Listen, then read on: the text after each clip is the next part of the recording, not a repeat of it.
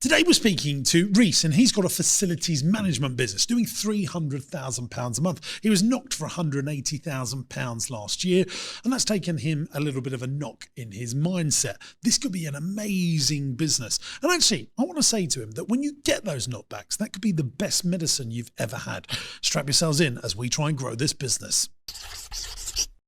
Hello, campers. Welcome back to this here business broadcast. I'm joined here with James Burt. Oh, hi there. Hi there, everybody. I'm James Sinclair. You can follow me on Instagram. Here we go. Get it in early. You can follow me on Instagram at James Sinclair Entrepreneur. Because that's what I do. I'm an entrepreneur. I'm James Sinclair. I'm an entrepreneur. And if you want to follow James Burt on Instagram, where'd you go? James Burt Official. And by the way, people in my DM, shut up mugging me off about my own name James Burt Official. I am getting ripped. They're like, oh, JB Official. I'm just getting mugged off left, right and centre. LinkedIn people are mugging me off. Yeah, Instagram people are mugging me off. I've had enough of it. Well, today we're speaking to Rees from the Art Group. Tell us about it, JB. Well, he is a facilities management property maintenance company. He has been going about 7 to 8 years, currently helping himself to 300,000 smackaroonies every single month, 36 staff, and he's got some challenges that we'll talk about. They do stuff like housing associations and stuff. He's just divided the company up into like good business. 5 divisions. Yeah, he's onto good things, renewables and all kinds of different bits and bobs. Well, there you go. I've stumped you, haven't I? Yeah, no, I was just thinking. I was so succinct in my summary. Good, yeah. So 36 staff. He's got 3 challenges. Let's talk through them. Yep, staffing, HR, and knowing when to employ. I know what you're thinking. That's 3 challenges. No, that's just 1 challenge. He's so adept. He's put them into 1. Second biggest challenge, cash flow and finances. Third biggest challenge, sustainable growth of the business. Where does he want to be in 1 year's time? A year is a very short time. We want to increase. He's got philosophical. There you go. What would the business look like when it's finished? He said, not sure on the ultimate end goal, but want to build the business so it runs without me in it. Do you make the profit that you want to make? If so, what is it? He said the business profit is okay, but knocks by contractors eat into it. The PBA, the personal bank account. Hello, he's been sipping from the font of James Sinclair, hasn't he? That's a horrible phrase. I won't say that again. His PBA is not where he would like it to be, but based on the profits from the business. He spends his day-to-day time in the business. How do you spend your time? It just had a question mark. So he's not willing to tell us. Oh, no, sorry. I've moved that onto a different line. Generally dealing with higher value clients, technical quotes, recently come off the tools, even though I prefer to be hands-on. And then he's got a bunch of questions that he would like to ask to you as well. There you go. You got to do your homework. Because I have wrote a song about subtraction. Have you? Take it away. Oh, very good. Very good. Is that why you stumbled? Got something to say. Yeah. Is that why you stumbled over the intro? Thank you very much, Tim Vine. Yeah. And also, I've got another great joke that follows on from that I saw this weekend. Bloody fantastic. That's what I was just trying to think of, and that's what stopped me. And then I'm just going, what was it? You ring up your local takeaway. You know, you could, like Domino's say, do you do takeaway? And they go, yeah. And you go, what's 12 minus 6? That's a great joke, isn't it? That is good. I'm going to tell that one's my eldest. He would love that. He's got to that age where he's trying to be like a little bit cocky now. He's like, what's 1 plus 1? Window. I'm like, okay, 1 plus 1. I don't get it. 1 plus 1 equals a window. So if you do 1 plus 1 equals a window. I still don't get it. It looks like a window. Oh, right. Yeah. You know, leading light of don't swear. International. This is a swear-free podcast. Underneath my breath, like Ofcom won't tell us off for that one. Okay. Do you really think Ofcom are keeping an eye on us? No, I don't think so. I think they've got bigger fish to fry, quite frankly. Yes, they have. Right, a couple of things. We are doing housekeeping. Yeah, got a couple of things. We're doing the James Sinclair live podcasty live theatre show. Wow. And it's going to be in the Leicester Square Theatre. We've done it last year. Tickets we sold quite a few tickets already, and we haven't even spoke about it by people just wandering over to the website. But Chance, how much are tickets for that? He's going to find out. But if you'd like to come and see us, 30 odd quid it was last time, wasn't it? The cheapest 30, we could possibly 40, do it, something like that. But it's a couple of hours in Leicester Square at the Leicester Square Theatre. I'm going to be there. JB, are you coming? Yeah, of course you're coming, because I don't even know what this is, but yeah, sure. I guess we're going to be doing a meetup for people that love the podcast, love the YouTube channel, and it's going to be in London. We did toy with the idea of doing some sort of tour around the UK, which we might do, but I'm a very busy chap. Very busy chap right now. What's that? It's James Sinclair after another meeting. He's got to buy something now. Here he comes again. How much are they? Tickets are £32. £32 for a night with Sinclair? You're having a laugh, mate. I'll have 10. plus a couple of quid for fees. Oh, it don't matter. Does that include vodka and tonic? Shut up saying that because people think they're getting a free drink. He means VAT. VAT. Do they also do that surcharge where they charge you a price to be in there? Then they go, because it's an old building, you got to pay us £2 more. How about no? Does he charge you more because you go to Rossi and it's old? No, he doesn't. He just charges. He probably makes on the margin on the ice cream. Oh, I tell you what, lovely margin on ice cream, soft scoop. Oh, lovely jubbly. Front few rows have sold out. Sold out already, you say? Big in the game. So Anything there else we we'd go. add? So that's if you'd like to come along and see us live, jamessinclair.net, and then there's a link on there if you go on events. So that's that. Here he goes. He's going to do multiple calls to action, and Chuds is going to get fuming. No, I think that's it. Yeah, that's all you need to mention. Yeah, well, today. that's all we need to mention today. I think there's a knock on the door. Yeah, of course there's a knock on the door. There always is. Here we go, baby. Interesting quote or fact. Interesting quote or fact. Interesting quote or fact. It's time for the interesting quote or fact of the week. Okay, I'm going for Danny. Oh, look over here again. Show the... Never done... This is from our audience. Creates these bloody features, then does no... Let me guess. Hello, gang. It's me, James Sinclair. You can follow me on James Sinclair Entrepreneur. So today I'm doing a podcast live with JB. And I need... What's your interesting fact or quote? I'd love to shout you out just because you're lazy. It's not that I'm lazy. I'm just a busy chap. And I like the audience to get involved, unlike you. If you want to ever message me an interesting fact or quote of the week, you can message me on Instagram at James Sinclair Entrepreneur, or you can message JB at James Burt Official.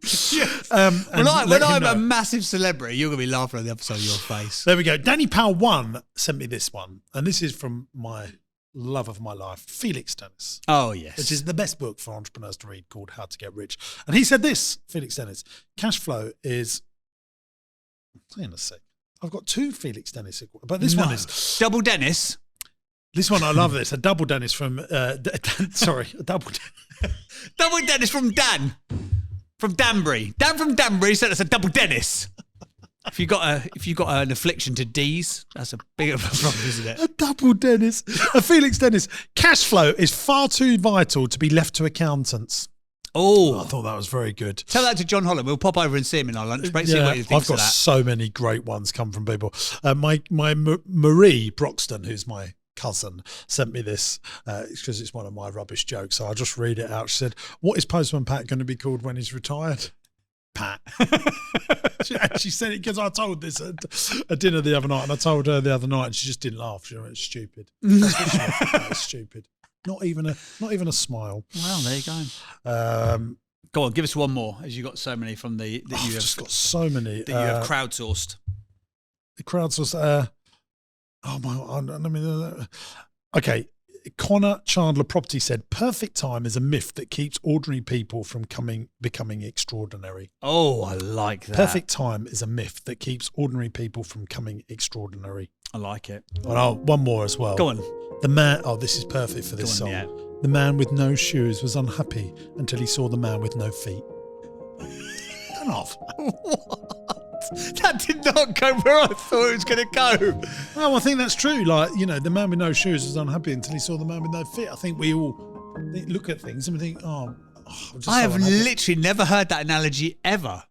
There's so many ways to say the same thing without it being so savage. Well, there you go. I do like it though. But that was from the audience, JB. What's yours? Mine is dissatisfaction is good.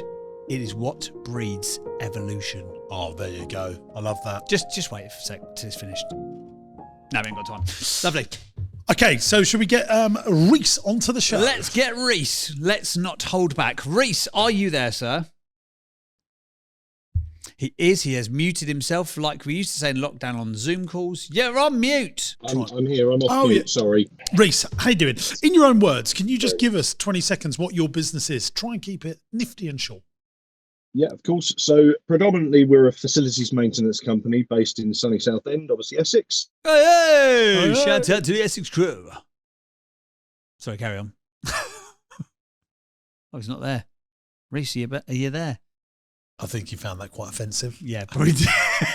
Yes. Don't worry, So, we'll cut it all in, I don't Rees. We didn't get any of that. Rees, can you tell us, just in your own words, very short, very nifty, what do you do? So predominantly, we're a facilities maintenance company based in sunny Southend, Essex. Most of our work's in London, Essex, and Kent, but we've got contracts nationwide with property management companies, social housing associations, estate agents, and commercial landlords, mainly focusing on emergency repairs and compliance. Okay, fine. And challenge number one is staffing, HR, knowing when to employ. Talk us through what that challenge means. So basically, at the moment, our work is very reactive because we do a lot of emergency call outs. So it's obviously we've been going for 7 or 8 years now. So it's kind of repeatable. We know roughly what we're going to have, but growing that and knowing how to grow the reactive side of the business, obviously with the exception of getting a new client, 1 week we may have 10 jobs come in, one day we've got 60 jobs coming in.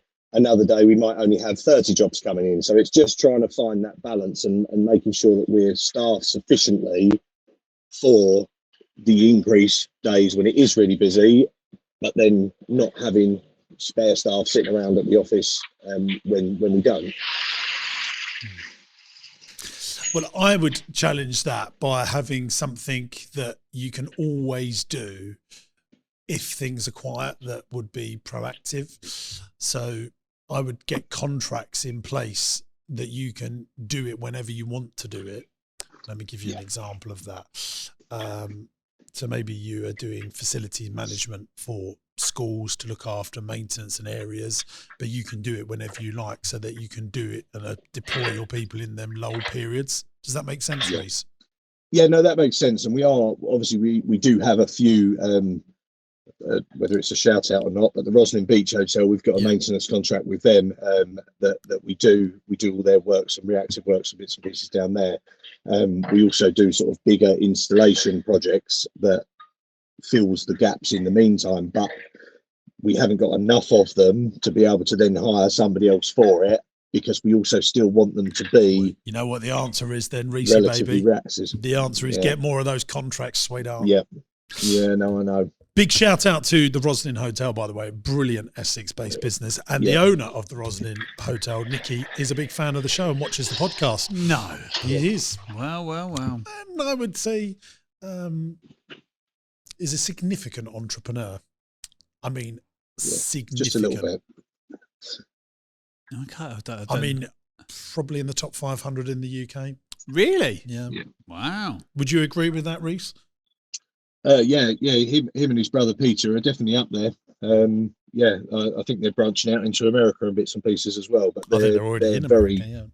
Heavily involved in properties and domestic properties and bits and pieces. Yeah. So with the contractor work, Rees, does the reactive stuff give you a foot in the door to at least pitch or tender for the more proactive work with these councils and social housing providers? It does. It does get us on the frameworks for them, and obviously that's what we're looking to increase some of those running contracts that you know where you are, you know what you're going to be getting every month. But obviously the reactive stuff, to be honest with you, is where the money is, because it's the repairs and it's the emergency call outs and 24/7, and that's what sort of keeps the bread buttered, so to speak. But that's where the profit margins are.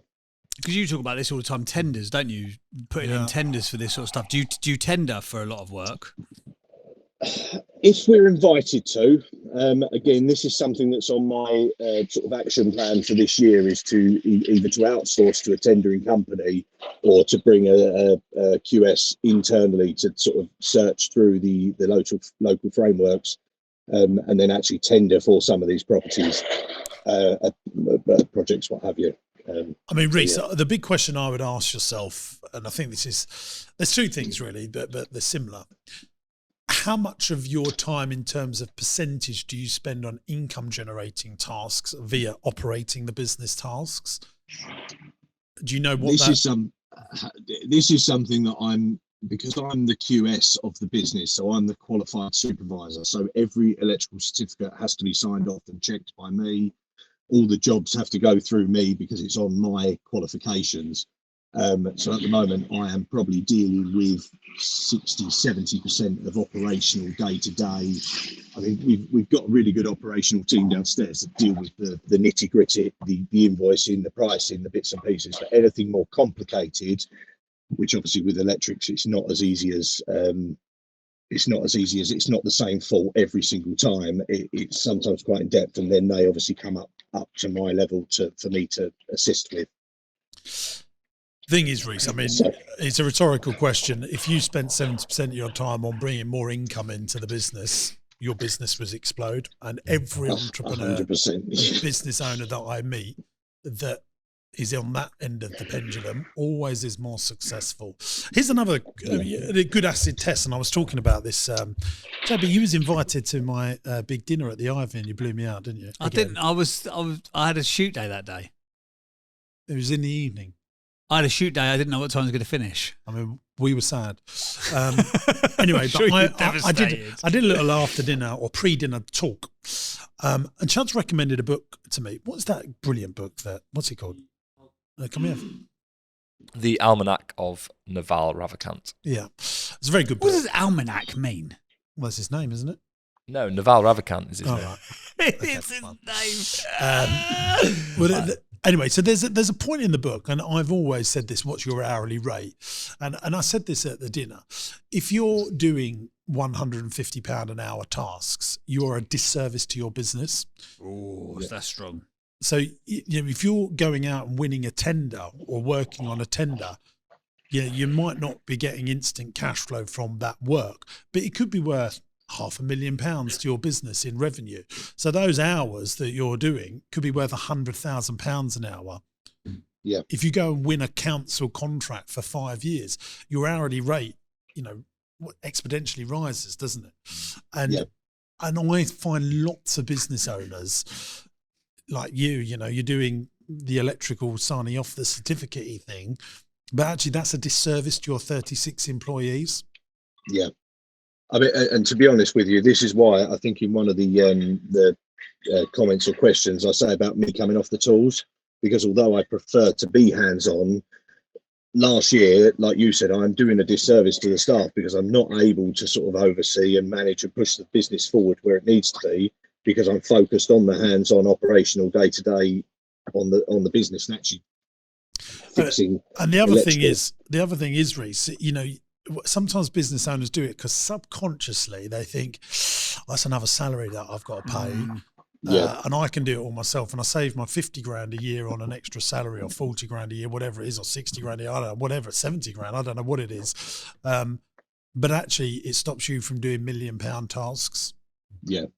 Yeah. It's also a comfort zone, isn't it? Like people I see, especially tradespeople, they know their trade really, really well. They're a great plumber, they're a great electrician, they're a great chippy, whatever it may be. And that's the bit that they've been trained for 10, 15 years on. But then when you step out of that, it's probably a case of, what do I actually do with my time now? Yeah. And then you have to proactively learn the things that you don't know, but you don't know what you don't know to start with. You're unconsciously incompetent, which is a really uncomfortable place to be. I mean, I think. Yeah, go on. Sorry. Sorry, go first, Rees. No, I was just going to say, it is again a little bit with me is not chicken and the egg, because obviously you have to have the work and the money there to be able to pay the staff to replace you. Only for 90 days.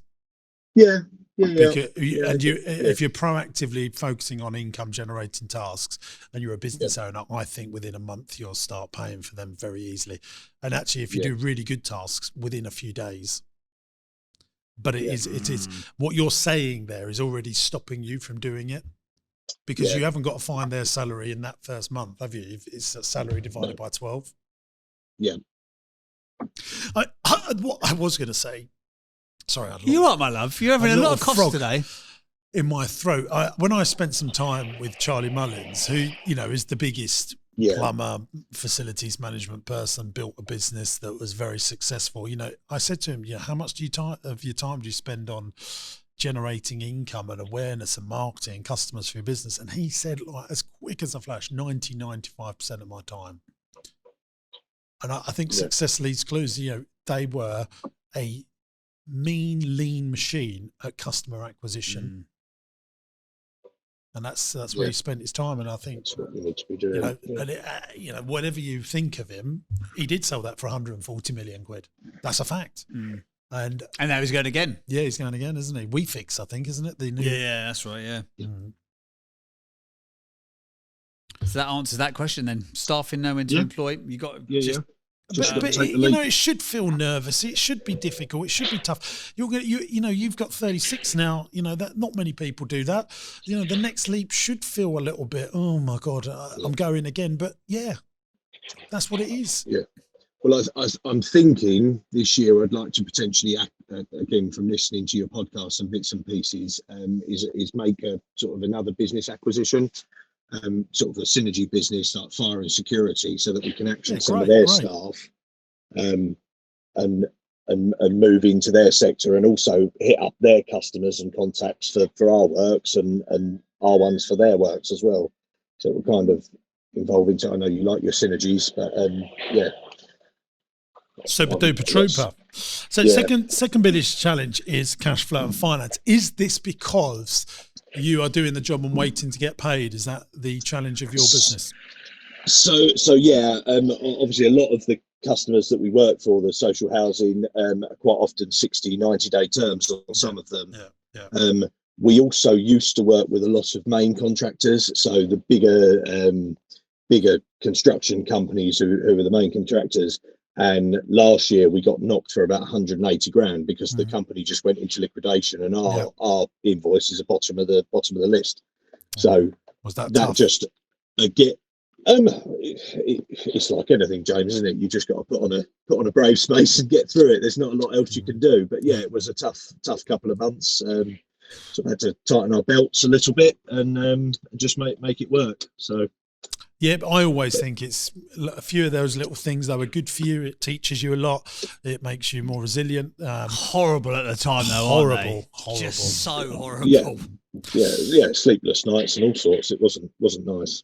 Well, I'll tell you something, though. Good friend of mine, and good friend of the show, James Martin, who would definitely watch this and critique this. He's got a little keynote phrase. Now, he built a big landscaping and tree surgery business, done loads of stuff for local authorities, blah, blah, blah, blah, big chains of pubs. And he had a big contracting business doing golf courses and stuff like that. But he always says, never forget about Harold and Hilda. That's his little phrase that he says. If this was my business, I would salt and pepper this with a bit of Harold and Hilda, people that need facilities management in their houses and stuff like that, because that gives you instant cash flow. That trickles in cash and usually more profitable. And that was, not to keep talking about Charlie Mullins, but Pimlico plumbers avoided commercial work at all costs. And they wanted loads of little Harold and Hildas, getting paid before they actually did the job. I think they do some commercial stuff now as it developed. But actually, I think, and I think about Rossi and all my businesses, I have a big mix of B2B and B2C. And I think when you have that in your ecosystem, that gives you much more regular cash flow. I mean, we obviously used to have a lot more sort of B2C customers previously, but I mean, with the VAT, with the overheads of 36 staff and the office in Purdy's, what have you, all of our costs sort of kept creeping up, and the one-man bands that are local that don't have the overheads, we just can't compete. We don't want to compete. I'm sorry, Rees. I just don't believe you, because why did HomeServe sell for £4 billion? Why do people use British Gas? Why do people use WeFix or Pimlico Plumbers? You said you operate in London, Essex and Kent. If people don't want to pay your prices, move on. But, you don't have to accept the job. But if you've got 36... Their business structure, though, is more they employ subcontractors. They don't have a lot of employed staff that they're paying, which again is something that I am looking into. But I think subcontractors will become less and less as the years trundle on, because the government don't want subcontractors. They want everyone on PAYE. I mean, and the story for the last 10 years have been moving more and more that way. And I think, that is what's going to happen. The government will win on that because that is their objective. I think, though, you just quote a price for it. If you've got people sitting around doing nothing and you're paying them on the days that you're low, what's there to lose? Plus, it also gives you instant cash flow, because you have got 36 staff and you want to have more instant cash flow. And look at the models of, I mean, everyone knows Pimlico Plumbers was not cheap. HomeServe, British Gas are not cheap. And I think, because you've got all the infrastructure there, why not help yourself to some of that work? Yeah, no, it's interesting. And that's the stuff that could literally plug the gaps, isn't it? With all this reactive stuff. Yeah. Like I say, you go from 60 call outs in a day to 30 call outs. Well, then you sort of plan your time with these D2C customers. And helping yourself to cash flow. Yeah. You know, Yeah. it's having that. I mean, imagine if you were doing 15 grand a week of that stuff coming in straight away before you do the job, and you mix that in with your commercial stuff. It's going to be really. Yeah. I mean, it's like the Rossi parlour. We got an ice cream parlour, as you know, Rees. You know, in the winter we sell hot food, and we don't make the margins on hot food as we do ice cream. The ice cream, yeah. No way. But we want that cash flow over the winter. Yeah, yeah, and it gets them coming in the doors. And, absolutely, yeah. Remembering you, doesn't it? Yeah. It's more your vans out on the streets. It's more people seeing you about places. It's good for brand awareness, isn't it? All that kind of good stuff. I have been looking into home serves model, which is sort of like a service-based package where you charge a monthly subscription for any call-outs, and that was something that I'm sort of discussing with the team. Rees, I can absolutely tell you that we are getting. That guy from Home Serve's name? What's his name? He just sold it for 4 billion or something. Whatever. He's coming. I'm interviewing him on the podcast, and I'm meeting him in the next couple of weeks. So, are you? Yeah, keep an eye on that, and that'll be on the pod as well. Business leaders. I can't think what his name is. Will come to me in a minute. Phenomenal entrepreneur. Yeah. No, very, very impressive. So, I mean, I met him the other week. Yeah. So let's go to the third biggest challenge, because that sort of ties in the other two things combined, which is the sustainable growth of the business. What's behind that challenge? So again, I've extended on it a little bit since obviously submitting that form. We just need to obviously look at winning bigger contracts and bigger tenders rather than relying on the reactive works to come in. Just keeping the sustainable growth. I mean, for the 7-8 years, we've grown quite a lot. And we're growing naturally. We just obviously want to continue that growth and make sure that we've got a company here that's worth something, basically. Well, Rees, I think you just answered your own question. Yeah. Yeah. Frankly, there is a bit of homework I've got for you. I want you to download an audiobook and buy a book called The Art of Thinking Bigger.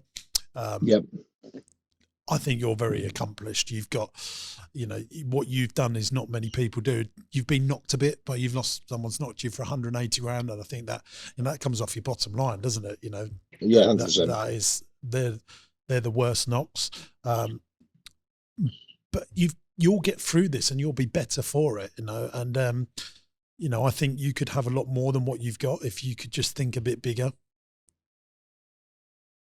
But that book it's a great book, and it's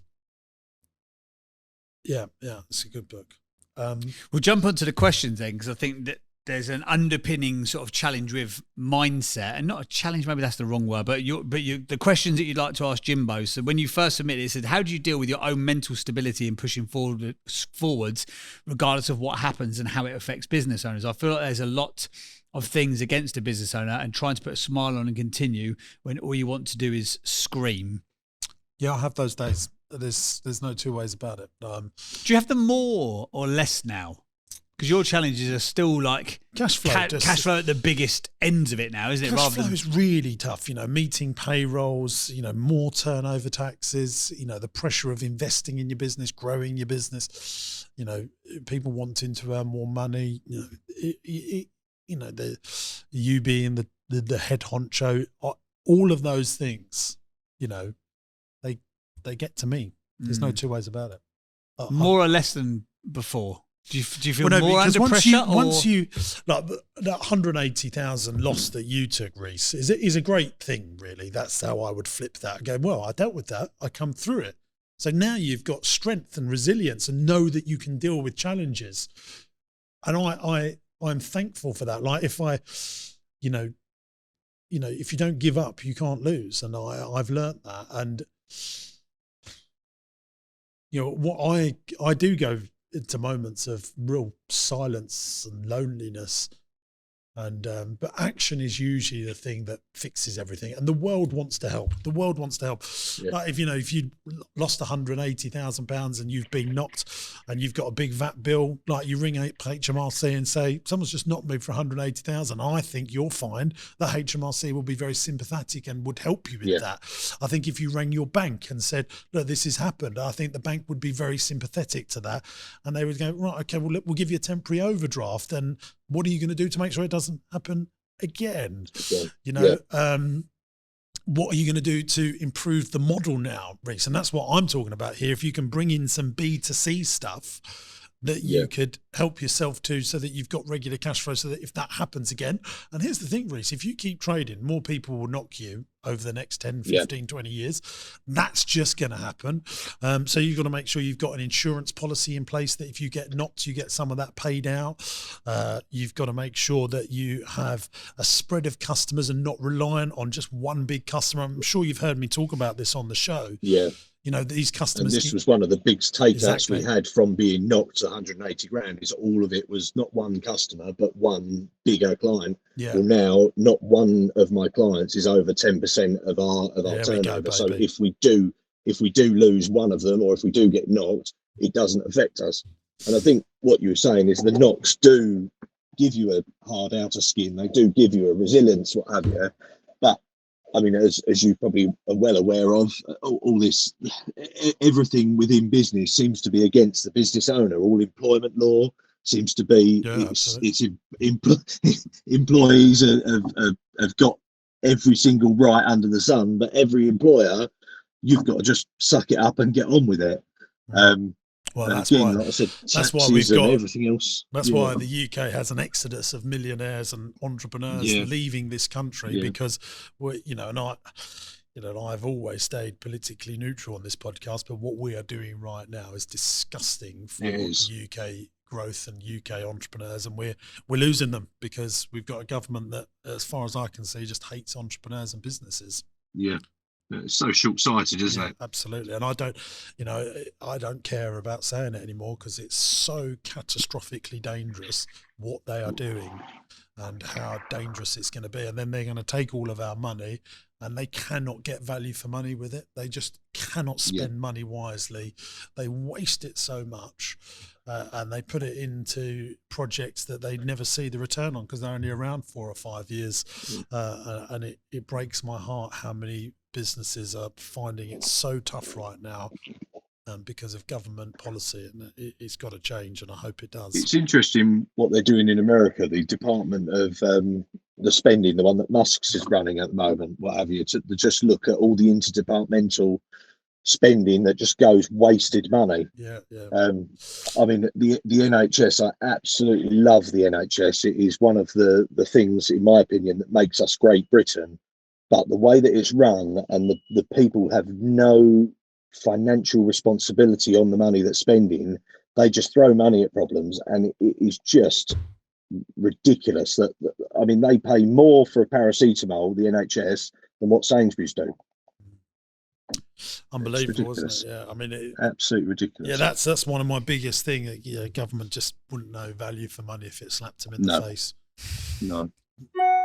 Right, you had a second question, which was advice on finances and cash flow, how to get it under control. I think we've touched on that already, haven't we? I think we touched on that, and just obviously building the B2C line, what have you. Yeah, absolutely. And then you had a final third question, but I haven't got it on my sheet. You said something around marketing. No, you haven't. So again, we kind of touch on different. Again, most of our clients are B2B, so property management companies, local councils, etc., etc. But it's just around, and because we do so many different services, it's getting the right marketing strategy to target. Because it's and this is one of the things that we've done last year, is sort of divided the business up to be able to focus on individual customers for each division, to target the marketing at them, which again, this is something that I've learned over the last year, because before that I've done no marketing at all on my business. Everything's been organic growth and sort of who you know, not what you know. But it's just any sort of advice on Well, marketing strategies. And I think what I mean. I think the marketing I would be doing is picking up the phone and sending letters to decision makers in facilities management departments. Because that's the sort of business this is. Yeah.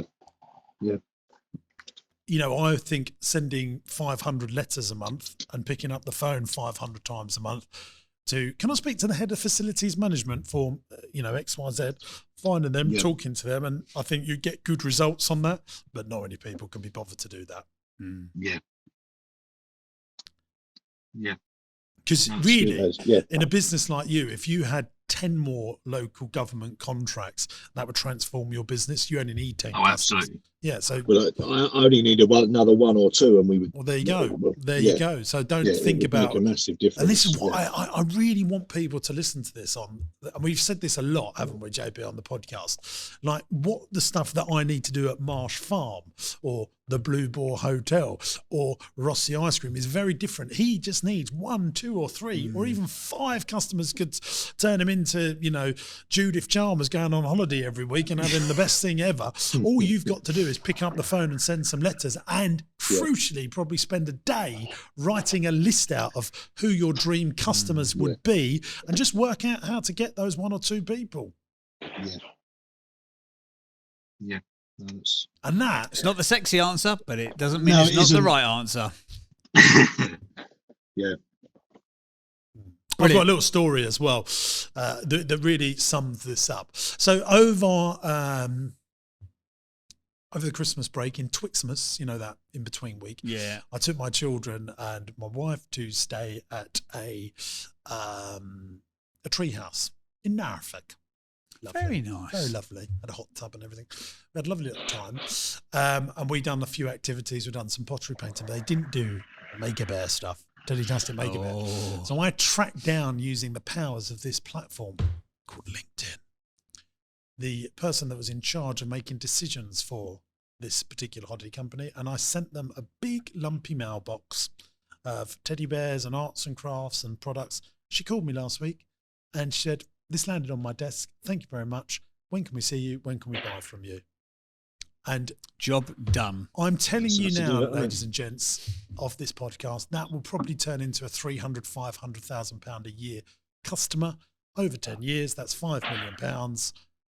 And that can be much more powerful than Google and Facebook ads, because if you're in that B2B world, because I know we always talk about this, but I wanted to give you carte blanche proof that stuff works. She was so lovely. I've done a personalised letter to her, handwritten. The family and I have been staying. And what I've learned about, if I was just doing direct mail, the letter could get lost, and that's why lumpy mail is really important. I mean, it's difficult to do in your thing. What are you going to do? Send a solar panel? I'm not sure, but but for me, I want to send a big package, because I know packages get on people's desks more than letters. Yeah, so true. Right, well, if people are listening, if they've got a facilities management that they need sorting out on a proactive or a reactive basis, Rees, where can they find out more about you guys and get in contact? So website is www.thertrgroup.co.uk or info@thertrgroup.co.uk. Awesome. That's it, really. rtrgroup.co.uk. Thank you very much. Congratulations on your success. Well done on the great mindset towards that knock as well. Yeah. Lot of companies, they can't weather that sort of loss. You're like, oh well, it's what it is. Good. It's good on There's you. not a lot you can do about it, is there? Well, it's not. happened, and you flip the switch and you say, "That was a good thing that happened." It taught me a lot. Yeah. Because you've got two choices: you either cry about it, or you go, "That was a great thing that happened, and it taught me." Yeah. Well done, you. Yeah. Awesome stuff. Thank you for being on the podcast, Rees. Appreciate it. Thank you for having me, guys. Cheers, Thank mate. you. Take care. Have a great day. There you go. He could be really good one day. He could. You could just tell he knows. These little knocks, these little, chinks in the armour can be very powerful. Should we rate him first, JB? I think we should. Let's do that. There you go. It's time to rate this guest, Rees, from his facilities management company. We do the 8 traits of the greats. Does he start with the end in mind? No, I don't think he does. He's waiting for the reactive work. Yeah, he is. That's it. Passionate about his cause. Oh, I think he's passionate. Yeah, He's passionate about it. Untold amounts of resilience. We'll give him that. Definitely. Yeah, he's an innovator or an evaporator. He wants to buy another company, doesn't he? he does. Yeah, I think we can give him that. Commercial awareness. I think he's actually got that. He knows his numbers, doesn't he? And Yeah, he does, but he's not. But he's not filling the gaps of the cash flow, is he? all right, we'll give him a 0. Yeah, for that sorry. then. Relationships with people, not enough, I don't think. Or do you think I'm being unfair there? No, I think you're about right. Master marketeer, Don't think we can have that either. no. Stay teachable, yes. Yes. I'm going to give him a little half because I think he's a very good entrepreneur Yes. overall. And I think We've had he'll be people really who are good. not running companies like he's running. Give him a 5. Give him a 5. High 5. He scored Alive. a 4, but we give him a 5 because that's what we can do. Yeah, on this because show. he needs to. But he could be very good, and that's a very good business. 300 grand a month. Yeah. You know, he's got an office. He's got 36 staff. Very, very easily he can improve his model. That's another classic thing here, isn't it? We always talk about this. Got a good model, okay model, but actually with a little bit of effort, he can make a great model, Yeah. and then everything will work Yeah. for him. I thought it was really telling actually when you were mentioning about the Charlie Mullins Pimlico Plumbing, like proactively did not chase big corporate commercial because in so many businesses they think the answer is this mystical corporate. What was this corporate thing? Oh, we go after the corporate clients. We'll go And after he came out with a bit of excusitis there, didn't he? He goes, oh, no, people won't pay. Yeah, they will. They were, like I say, Well, 'cause I've driven past about 15 Pimlico Plumbing Yeah, vans yeah. on the way here today Yeah, from yeah. through South London. Yeah. Like And home serve is all over the UK. Yeah. So, yeah, you could argue Pimlico has got the London bubble effect, but actually home serve is all over the UK. Yeah, British absolutely. Gas is all over the UK. People want trusted, good services. They want it on time. And actually, maybe you're just doing it from the people within your, to use your word, your zeitgeist. Yeah. And that's usually what, you know, we go, oh, I just know people will only pay that. Well, actually, no. Yeah. There are rich places in Essex where people want just a good service. And, you know, there's lawyers and doctors that would actually prefer to pay a brand rather than Dave, the local plumber. Yeah. So, you know, do not allow excusitis to stop you. We're very lucky. We've got 70 million people in this country and not everyone wants the tradesman they know. Yes. The story you tell yourself becomes your reality. So be very careful of the Yes. story that you tell Yes, yourself. Oh, exactly people won't that. pay that. Yeah. Then they won't, Yeah. because you will go and find more of what you Absolutely. seek. Yes. Whether you think you can or whether you think you can't, you're usually right. Yeah. Henry Ford. Yeah. Butchering my analogies. But who cares? Because it's time for the business quiz. It's Jim versus JB on the quiz that's businessy. The new format. business knowledge With and quizzical fun. Which one's chuds. clever and which one's dumb? Izzy Wizzy, let's get quizzy. Thanks, Chuds. We're going to have a top secret fact or quote or higher or lower. What is it, Jabe? So in this envelope is absolutely nothing because the printer today is not working. Therefore, Quizzical Chuds. At this point, Quizzical Chuds, I Quizzical like that. Chuds becomes the quiz dealer with the mostest, and he will tell us a stat, a statistic, and me and international award-winning entrepreneur James Sinclair. International now, ain't you, babes? Yeah. You've got to tell us about your new business story at the end as well. Yeah. Don't let me forget. In here, me and Jimbo go head to head in a clash of the titans. Who will come out victorious today? Quizzical Chuds. What percentage of UK houses have solar panels as of November 2024? Oh, that was a good one. Oh, I like it. Oh, no, that's not the wrong jingle. What percentage of UK households have solar panels? What are you going with? What are you going with? I don't think it's very high. No, I don't. I've already written it down. I'm going 4%. I was going 5%. Oh, shut up, you were. But no, I'm going to go 3%. In fact, Are you? Okay. I see more and more, but Yeah, it's I not do. that many. What is it? Jim? Final answers? Oh no! Oh, it's close then, isn't it? It's close. Go on, Chuds. What is it? 4.6%. Yes! I'll take it. Well, that's brilliant. Thanks very much. I meant to Chuds. say 5. Oh, here he goes. There you go. Thanks very much, Chuds. It's Jim versus So I win the JB cup on today. the quiz Thanks, that's mate. businessy. I just don't like them. They look Business ugly, don't knowledge they? and What? fun. These? Solar panels on Clever and roof. Oh, which one's I thought you dumb? meant this. Izzy Wizzy, let's get quizzy. I like that question. Very, very good. Quizzical Chuds is waving. He's waving. There's more. There's Oh, more. here we go. We've got some data. Dada. That's approximately 1.46 million homes. There we go. In 2010, there were only 28,000 homes that had solar panels, but by 2021, that number had increased to over 1 million. The southeast region of England has the most solar panels installations in the UK. It's because we're nifty in the southeast and sort of save some money. We also get more sunlight, don't we? Oh, that's probably a very good reason. Yeah. I'm not sure how much more we get. And really, if you look at it, like, you can't rely on Not it, today, can you? yeah. It's not very reliable, is it?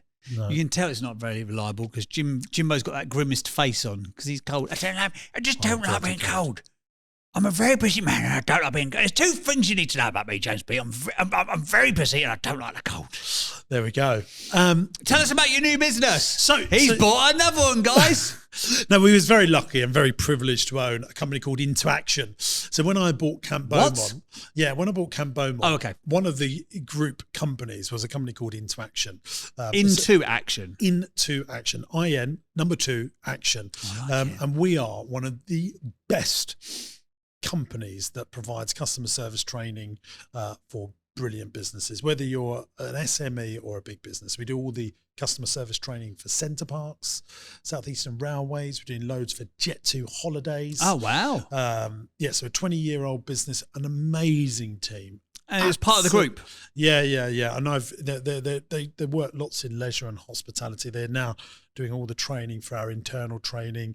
Chewy, all the holiday camps, we set them up years ago. It's a brilliant business. So we do mystery shopping audits. So if you've got a business and you want a mystery shopping audit and you want our team to go in there and sort of go incognito and give you a report back or train your team on their improvements. Yeah, it's a brilliant business. So, was that a cherry on the cake of the deal, or was that one of the reasons? Like, well, I said I wouldn't buy Beaumont without it. Right. Okay. So it's a really good business. So did they have to carve that off as part of the other group? Well, it was an independent limited company, part of the group. But when I bought Camp Beaumont, I wanted to have that because I just knew that we could add so much value to it. Certainly on here, I'm going to get some of the team from Interaction onto the podcast. Oh, nice! Really good people. Tim and Ellie lead it. Do that. If really people have got challenges like with staffing and training, we should get them on. And then instead of me being here pressing the buttons, you can have one of them on. Well, they've got a really good framework around changing people's behaviour and training. That's their sort of intellectual property right into action. Oh, really? Okay. So getting your team to be on a 10. So it's all the stuff. If you've read my book, The Experience Business, or when finally my new book, The Dream Team, comes out, but it's about taking those philosophies, but then implementing it full time. But we're doing it in leisure, we're doing it in retail, we're doing it in consumer brands, but B2B, B2C. It's a brilliant company. Go and check them out. Interaction online. That's the epitome of vertical integration for you as well, isn't it? 27 amazing people in that, trainers in that business. Really? And we've got we're Ofqual regulated, so we can do assessments and apprenticeships for your team as well. Yeah. Wow. God, you really are branching out, aren't you, Jimbo? Branching out. There we go. Branching out, baby. Well, there you go. If you have enjoyed today's episode of the podcast, please feel free to let us know. Give us a 5-star review wherever you download your podcast. And do us a favour, just pass the pod. Don't send it out to loads of people. Just one person who you think, maybe you got a mate who's got a plumbing or electrical business. You think, do you know what? They would really get value from this conversation. Make sure you let them know about the podcast. Pass it on to them, and then we can help them to grow their business as well. Any final words from you, James Sinclair? Look down the barrel of that lens and say something emotive to inspire the nation. If you're watching on YouTube, please subscribe to the channel. Wow, I'm so motivational. Is that it? To your continued success, gang. Ta-da! Thanks for watching today, gang. I hope you enjoyed the show. Now, look, we're looking for some great businesses to come on the podcast. If you've got challenges, but you're desperate to grow your business and you can't necessarily work out how to do it on your own, you'll be a perfect candidate to come here on the podcast. It's absolutely free to come on the show. Go to my website, jamessinclair.net, and there's a podcast button. Click on the podcast button, fill in the application form, and we'll do our very best to get you on the show and try and grow your business. If you're loving the podcast, make sure you subscribe to the channel by clicking here. And why not give this one a watch? I think you'll like it.